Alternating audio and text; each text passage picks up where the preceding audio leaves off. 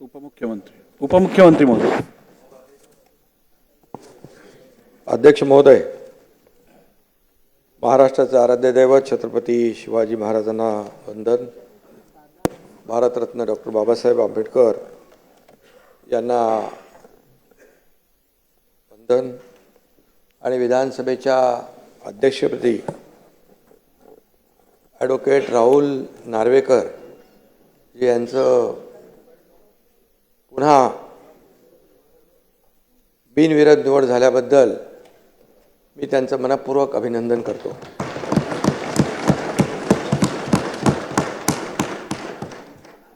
देवेंद्रजी म्हणाले होते मी पुन्हा येईन, ते पुन्हा आले, त्यांचे अभिनंदन. त्यांनी आपला शब्द पूर्ण केला. आणि पण अध्यक्ष महोदय काय म्हणाले नव्हते, मगाशी आपणही उल्लेख केला, मी पुन्हा येईन, पण ते पुन्हा आले. आणि याचा आनंद सर्वांनाच आहे. गेल्या 2.5 वर्षात त्यांनी केलेलं काम आपल्या समोर आहे. मी देखील त्यावेळेस सभागृहात म्हणालो होतो, तेव्हा दादा आम्ही दोघंच होतो. आम्ही म्हणालो आम्ही 200 पेक्षा जास्त आमदार निवडून आणू, नाही तर मी शेती करायला जाईन.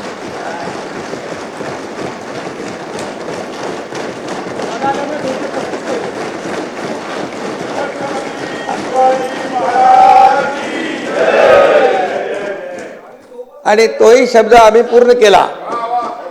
आणि त्यानंतर दादा आले, त्यामुळे त्याच्यामध्ये बोनस आलाय. 200 आम्ही 37 झालो. आणि म्हणून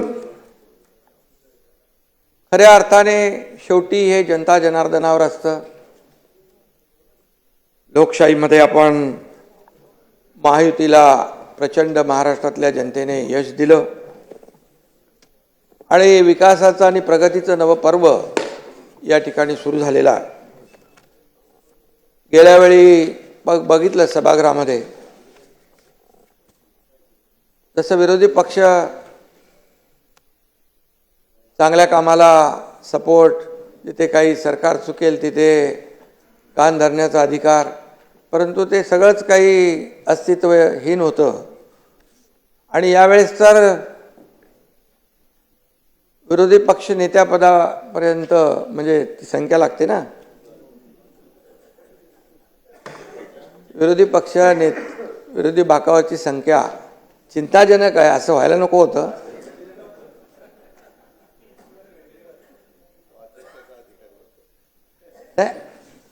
अध्यक्षांचा अधिकार आहे तो.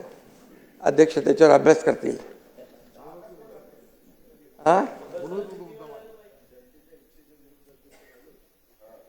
आणि अशाच काळामध्ये विधानसभेच्या अध्यक्षपदाची जबाबदारी आपल्यावर पुन्हा आलेली आहे. मुख्यमंत्री महोदयांनी सांगितलंय, राहुलजी अतिशय अत्यंत सक्षम, समतोल आणि समन्यायी भूमिका घेऊन काम करणारे आहेत. ते कुणावरही अन्याय करणार नाहीत नाना, याची खात्री बाळगा. गेल्या वेळेस तुम्ही म्हणाला होतात की डाव्या बाजूची जास्ती काळजी घ्या. त्यावेळेस जनतेनेच डाव्या बाजूची जास्ती काळजी घेतलेली आहे. त्यामुळे आणि अध्यक्षता आता घेणारच, कारण मगाशी सांगितलं एकदम सूक्ष्मपणे आपल्याकडे लक्ष दिलं पाहिजे. आणि अध्यक्ष महोदय ते करतील. ते कुणावरही अन्याय करणार नाहीत याची खात्री बाळगा. सर्वात तरुण अध्यक्ष हा विक्रम राहुल नार्वेकरजींनी गेल्या वेळेसच तोडलेला आहे. आणि सलग दुसऱ्यांदा अध्यक्षपदी विराजमान होण्याचा मान आपण पटकावला. आणि मगाशी त्याची उदाहरणं मुख्यमंत्री महोदयांनी सांगितली. पण बाळासाहेब भारदे यांना तो मान मिळाला होता. आणि राहुल नार्वेकर हे दुसऱ्यांदा अध्यक्ष झाले. हा दैदिप्यमान इतिहास सुवर्ण अक्षरामध्ये लिहिला जाईल। काही गोष्टी बऱ्याचशा गेल्या 2.5 वर्षामधल्या मी देखील यापूर्वी देखील म्हणालो की अनेक निर्णय, अनेक विकासाची कामं, विकासाचं पर्व, वेगवान गतिमान विकास, त्याचबरोबर लोककल्याणकारी योजना, हे कमी वेळामध्ये जास्तीचं काम, जास्तीचे निर्णय लोकहिताचे, लोकाभिमुख घेण्याचं काम आम्ही केलं। हे देखील ऐतिहासिक आहे। अध्यक्ष महोदय, गेल्या वेळेस आपल्या समोर कोणीतरी उमेदवार उभा होता अध्यक्षपदासाठी, कोण होतं? राजन साळवी। राजन साळवी होते, पण यंदा राजन साळवींना मतदारांनीच घरी बसवल्यामुळे दुसरं कोणी तुमच्यासमोर उभा राहायलाच तयार नाही। आणि त्या नाना बरोबर ना, आणि त्यामुळे म्हणून मी आपले नाना पटोलेंचा आभार मानतो, कारण आपण अध्यक्षपद नार्वेकरांसाठी रिक्त केलं आणि तिथून गाडी सुरू झाली। मग ती गाडी अशीच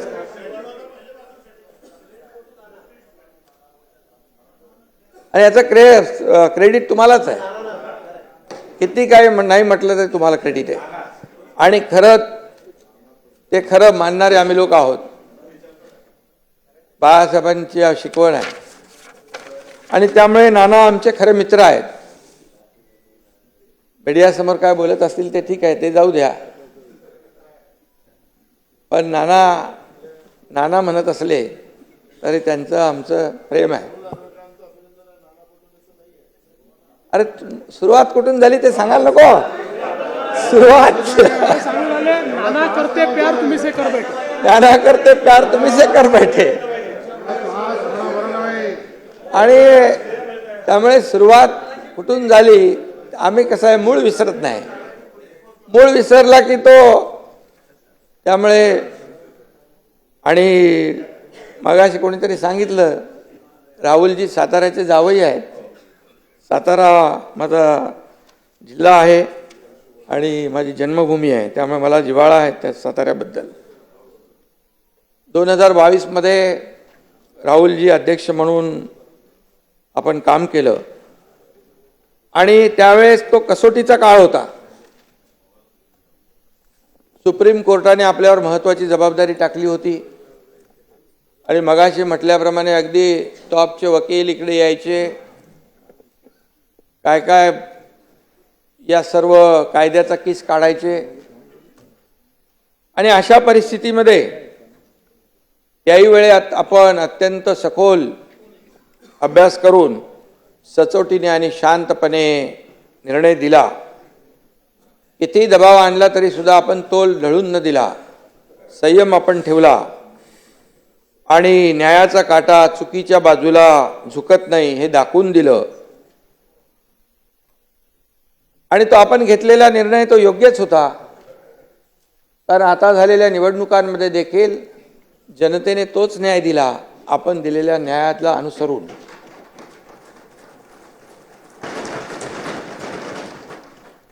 आणि हे निवडणूक निकालामध्ये स्पष्ट झालंय। शिवसेना कुणाची, त्याच्यावर आरोप प्रत्यारोप, मला आठवत आहे 2.5 वर्ष एकही दिवस असा नव्हता की सातत्याने पायरीवर बसून आरोपाच्या फैरी झडायच्या, कामकाजामध्ये सहभाग नाही, आणि फक्त आरोप आणि आरोप,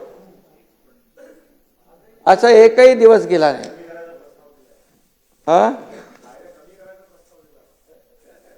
आणि म्हणून खऱ्या अर्थाने राहुलजींच्या, आम्ही त्याला काही लक्ष दिलं नाही।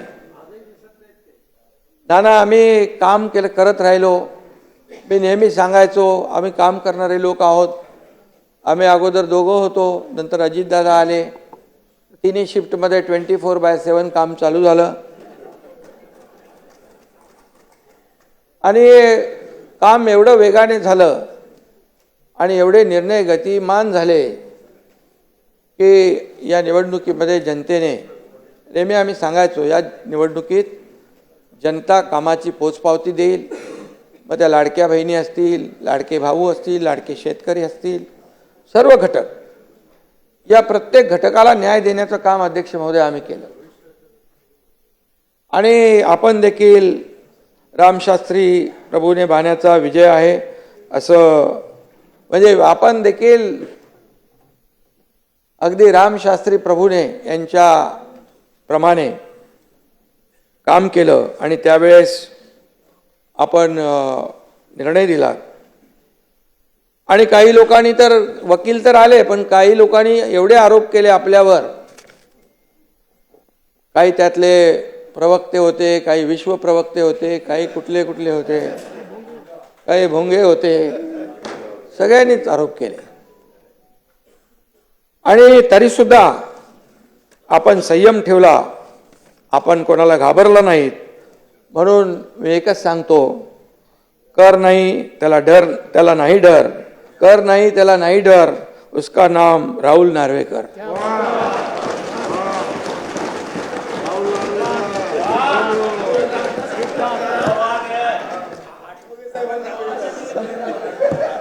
आठवले साहेबांची माझी युती झाली आता. आणि खरं म्हणजे जयंतराव आहेत तर आता मजा आहे. काय जयंतराव बघा,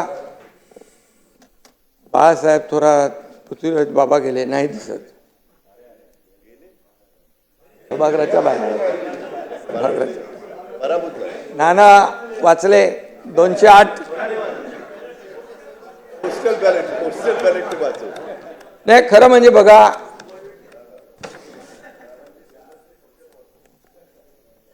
आता ईव्हीएम घोटाळा असता तर तुम्ही इथं नसताना. तुम्ही एकदा ईव्हीएम वर आरोप केले, शपथ घेणार नाही. अरे बाबा तुम्ही असं काय करता, तुमच्याबद्दल चांगलं बोलतोय.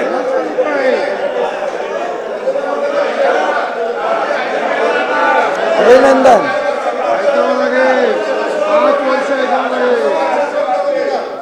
तुम्ही भाषण करताना कधी आम्ही थांबवलं का? नाना नाना कसं आहे माहिती आहे का याच्यामध्ये, नाना बघा काय तुम्ही रोज आम्हाला म्हणजे मीडियावर सांगता, लोकांची दिशाभूल होते. तुम्ही करत नाही, तुम्ही करता असं मी नाही म्हणत, परंतु रोज तुमच्या महाविकास आघाडीकडून होतंय की नाही.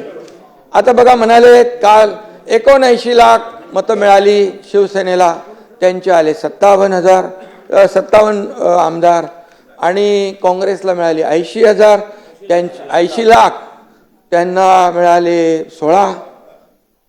आता मी सांगतो बघा याच्यामध्ये हा मग नंतर बोलू का, त्याच्यावर भाषण नंतर. आणि म्हणून तुम्हाला सांगतो लोकसभेला नाना, लोकसभेला 73,77,674 मतं मिळाली आम्हाला. किती? 73 लाख. आणि जयंतराव आपल्याला मिळाले 58 लाख, आणि आम्हाला 7 मिळाले, तुम्हाला 8 मिळाले. मग आता आम्ही काय म्हणायचं बरं. दुसरी गोष्ट, लोकसभेमध्ये महायुतीला अध्यक्ष महोदय थोडं सांगायला पाहिजे, नाही तर लोकांमध्ये काय हे सांगतात तेच खरं मानतात. लोकसभेमध्ये यांनी लोकसभेत फेक नॅरेटिव्ह पसरवला आणि त्याचा आपल्याला फटका बसलेला आहे. आणि म्हणून 2,48,12,627 नाना लक्षात ठेवा महायुतीला मतं मिळाली, आणि महाविकास आघाडीला 2,50,00,000 म्हणजे 2,48,00,000 आणि 2,50,00,000, 2 लाखाचा फरक. तुम्हाला किती मिळाले खासदार? 31, आणि आम्हाला 17. मग तेव्हा तुम्ही का नाही मागितलं बॅलेट? बॅलेट बॅलेट बॅलेट बॅलेटची मागणी करायला पाहिजे होती. तेव्हा काय पाहिजे? तेव्हा म्हणाले बुलेटवर स्वार होऊन सगळे जोरात पळायला लागले. No ballot, only bullet. अरे असं हा. आणि नाना काय माहिती याच्यामध्ये, जेव्हा बघा किती राज्य तुम्ही जिंकली, तेलंगणा जिंकलं, कर्नाटक जिंकलं, झारखंड जिंकलं, तुम्ही लोकसभेमध्ये जागा जिंकल्या. हे कसं आहे, हरलो की ईव्हीएम, हरलं की ईव्हीएमवर आरोप करायचा. तर गेल्या 2.5 वर्षात तुम्ही आमच्यावर आरोप करत होता, तुम्ही आमच्यावर आरोप करत होता. एकनाथ शिंदे, एकनाथ शिंदे, एकनाथ शिंदे आणि आमची महायुती, देवेंद्र फडणवीस, देवेंद्र फडणवीस, फडणवीस. आता तुम्ही त्या निर्जीव ईव्हीएमवर आरोप करताय. आता दुसरं काय तुम्हाला मिळत नाही. आणि अध्यक्ष महोदय, जेव्हा जिंकतात तेव्हा ज्यांचा म्हणजे त्यांना चांगला धडा नाही, जेव्हा त्यांचा विजय होतो त्यावेळेस ती यंत्रणा चांगली असते, लोकशाहीचा विजय असतो, लोकशाहीचा विजय असतो. मग तेव्हा लोकशाहीचा विजय म्हणतात. मग तिथे म्हणजे तिथे इलेक्शन कमिशन असेल, निवडणूक आयोग, अगदी सुप्रीम कोर्ट पण. काय परिस्थिती आहे. सुप्रीम कोर्टाचे जज मला वाटतं कधी काल परवा म्हणाले, तेव्हा तुम्ही हारता तेव्हा तुम्ही येता विरोध करायला, आरोप करायला, जिंकता तेव्हा काय येत नाही. त्यामुळे हे जे आहे नाना, हे कुठंतरी लोकशाहीमध्ये आपण लक्षात ठेवलं पाहिजे.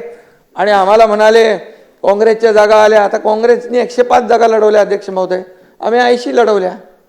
आता मतं तर त्यांना जास्ती मिळणार. पण एका मतदारसंघामध्ये जितेंद्र आव्हाड तुम्हाला 1 लाखाच्या जास्ती मताधिक्य मिळालं ना, बरं 96,000. आता मला 1.25 लाखाचं मताधिक्य मिळालं. प्रताप सरनाईकांना पण लाखाच्या वरती मिळालं. आता बघा, ह्या प्रत्येक विधानसभेच्या मतदारसंघामध्ये वेगवेगळं मार्जिन आहे. कोण 1000 मतांनी निवडून येतो, कोण 1 लाखांनी येतो निवडून. तुम्ही ह्याचं कसं 208 येतो, 208 येतो, 208.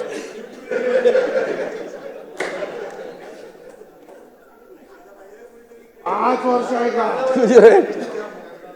नाना आमचे मित्र आहेत. नाना मी पण बघा एकदम सरळ मनाचा आहे, तसं नाना पण आमचा दिलदार आहे आणि बोलतो पण मन मोकळा ढाकळा मनाचा आहे. आणि त्यामुळे जे आहे ते खरं आहे ते मी बोलतो. मी खोटं कधी बोलत नाही. मी कधीच माझ्या आयुष्यामध्ये कधी कुणावरही खालच्या पातळीवर जाऊन आरोप केला नाही. हे काय, हे आपलं वस्तुस्थिती आहे. ही लोकांमध्ये गेली पाहिजे, जनतेमध्ये गेली पाहिजे, की तुम्ही जे काय सांगता की याचा आता कुठं तिकडे मार्कडवाडीला तुमची सगळी गेलेली आहे. मार्कडवाडी होय, मार्कडवाडी. आता मला कोणीतरी सांगितलं मार्कडवाडीतले बाहेरचे लोक कोणी येऊ नका, मार्कडवाडीवाल्यांनी सांगितलं, आम्ही आमचं बघतो असं तिकडे कोणीतरी आता तिथले गावकऱ्यांनी सांगितलंय. तर मार्कडवाडीत जाऊ नका, तर उगाच तिकडे ते कार्यक्रम होईल. आणि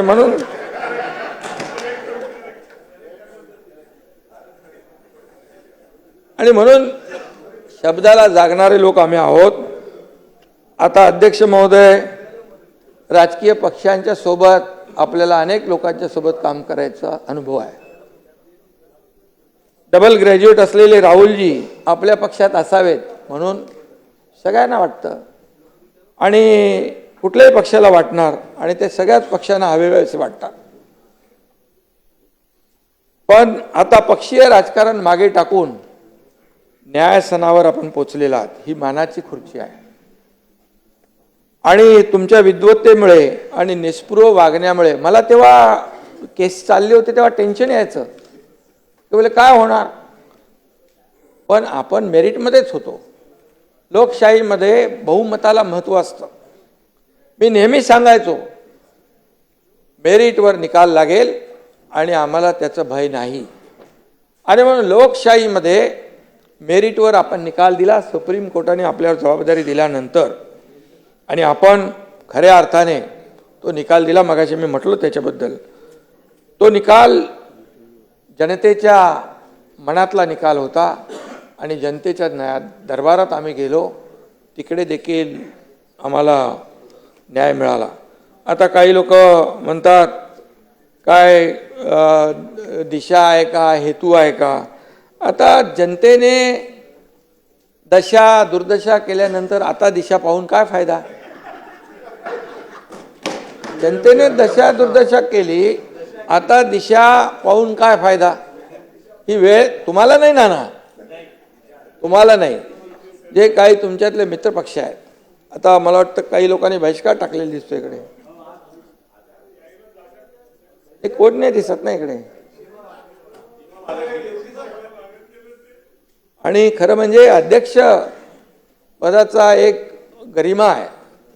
एक अध्यक्षपद हे सार्व म्हणजे सगळ्यात आपल्या या सभागृहाला एक आदर्श असं हे अध्यक्षपद आहे.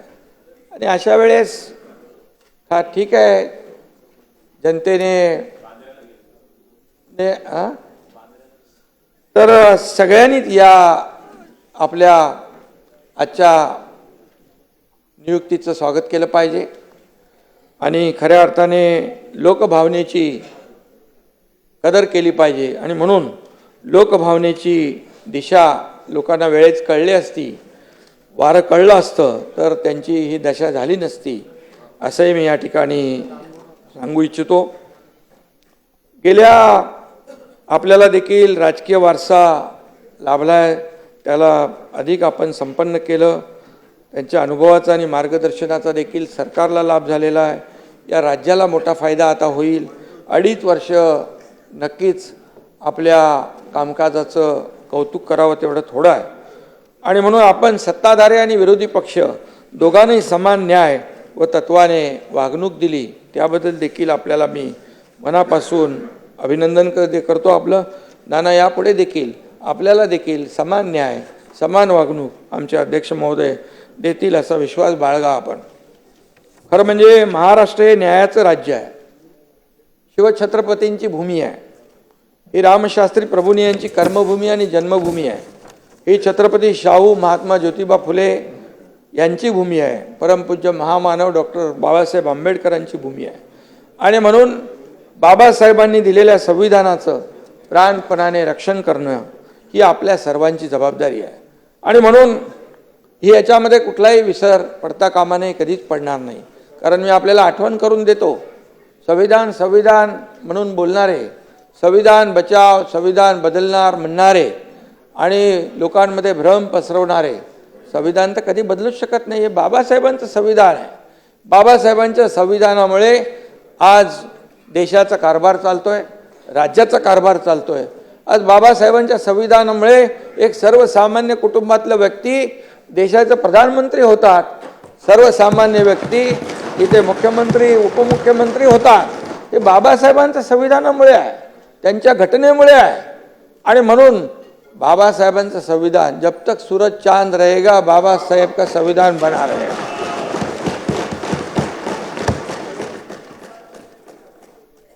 आणि म्हणून खरं म्हणजे बाबासाहेबांचं संविधान आठवण कोणी केली, कोणी ठेवली? 50-60 वर्षात कधी ठेवली आठवण? ज्यांचं सरकार होती, या देशाचे लोकप्रिय प्रधानमंत्री नरेंद्र मोदीजी 2014ला आले. त्या 2015 पासून संविधान दिन सुरू केला. संविधान दिन पहिल्यांदा सुरू झाला. मग संविधान बचाव, अरे बाबा, काँग्रेसवाल्यांनी बाबासाहेबांना दोनदा पराभूत केलं, दोनदा.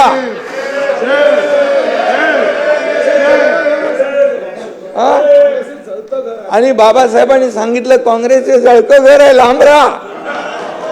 आता तुम्ही विचार करा बाबासाहेबांचं म्हणण्याचं. आणि म्हणून मी एवढंच सांगतो, आता आपण तालुका निहाय, किरण जिजूजी त्या दिवशी भेटले होते मला, ते म्हणाले जिल्हा निहाय तालुका निहाय संविधान मंदिरं आपण बांधतोय, बाबासाहेबांचा सन्मान करतोय. आणि बाबासाहेबांनी ज्या दलित शोषित पीडित जे अन्यायग्रस्त आहेत त्यांना समाजाच्या मुख्य प्रवाहामध्ये आणण्याचं काम केलं. आणि म्हणून हे राज्य बाबासाहेबांच्या संविधानावर चालणारं राज्य आहे. आणि म्हणून आपण आता हे लोकसभेत ते चाललंय, पण विधानसभेत आपण प्रयत्न केला. ते काय कुठलं ते लाल कलरची एक संविधान आणलं होतं, त्याच्या आतमध्ये कोरी पानं होती. ते आता मी त्याच्यामध्ये जात नाही मी. आणि त्यामुळे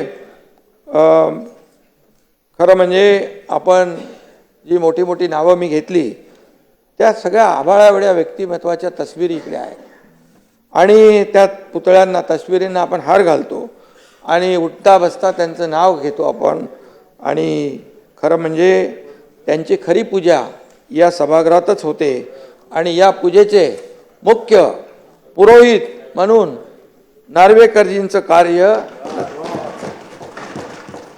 तुम्हाला पुढे न्यायचं आहे व पौरोहित्य करत आणि म्हणून त्यामुळे त्यांची आपण आपल्या 288 जणांची तुमच्या सकट आमची सगळ्यांची जबाबदारी आहे आणि या अध्यक्ष स्थानाला विशेष एक महत्त्व आहे. हे कायदे मंडळ आहे. इथे आपण वेगवेगळे कायदे तयार करतो. छोट्यातला छोटा प्रश्न व मोठ्यातली मोठी अडचण सोडवण्याची क्षमता देखील या सभागृहामध्ये आहे. विरोधी पक्षाला माझं एकच आव्हान आहे, विनंती आहे, जनभावना ओळखून केवळ विरोधाला विरोध करण्याची वृत्ती सोडून द्या. आता तरी जनतेची भावना काय लक्षात घ्या आणि आज जनतेनेच आज कौल दिलेला आहे आणि म्हणून जनभावनेची कदर करा. आरोपापेक्षा आपण सरकारच्या चांगल्या कामांमध्ये सहकार्य करा.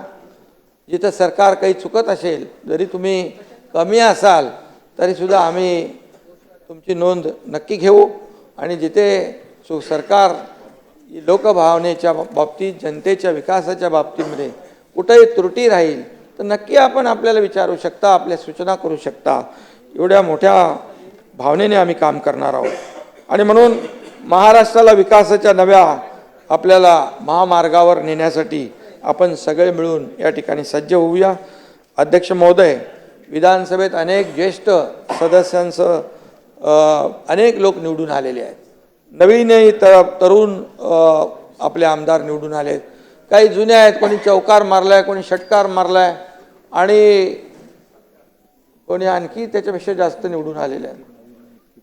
7 वेळा निवडून आलेत आणि कालिदास किती वेळा आले? 9 वेळा.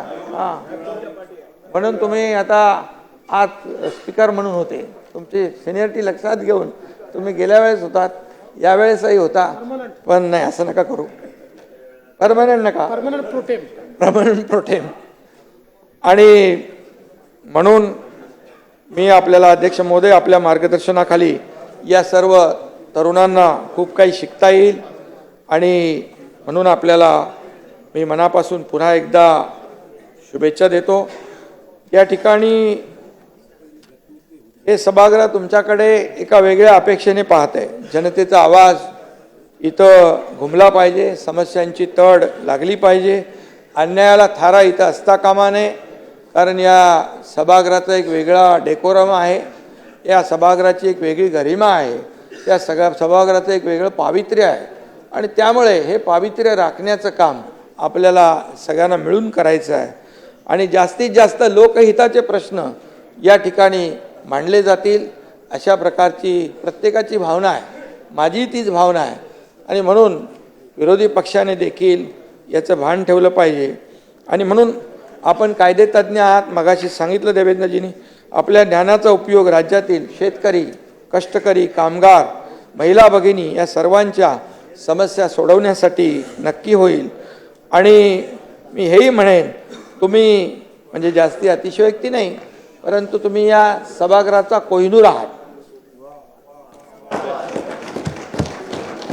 आणि म्हणून मी अरे झाकलं नाही, वरती बसलेले आहेत,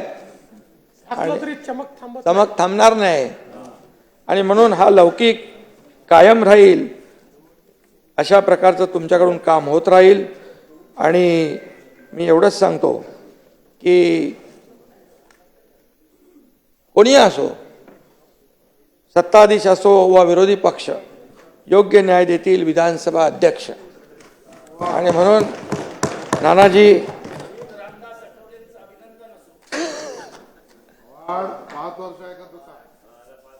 तुमचं पण ऐकू, आम्ही तुमचं पण ऐकू, पण तुम्हाला ऐकण्याची सवय ठेवा. ते योग्य वेळी योग्य लोकांचं ऐकत नाही म्हणून अशी परिस्थिती झाली. अशी परिस्थिती झाली. म्हणून मी पुन्हा एकदा विधानसभा अध्यक्षांचं मनापासून अभिनंदन करतो, मनापासून आपल्याला पुढच्या वाटचालीस शुभेच्छा देतो आणि थांबतो. धन्यवाद. जय हिंद, जय महाराष्ट्र.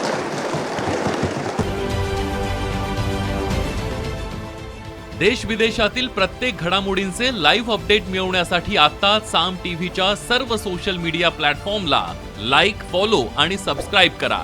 तसंच सर्व नोटिफिकेशनसाठी बेल आयकॉन प्रेस करायला विसरू नका.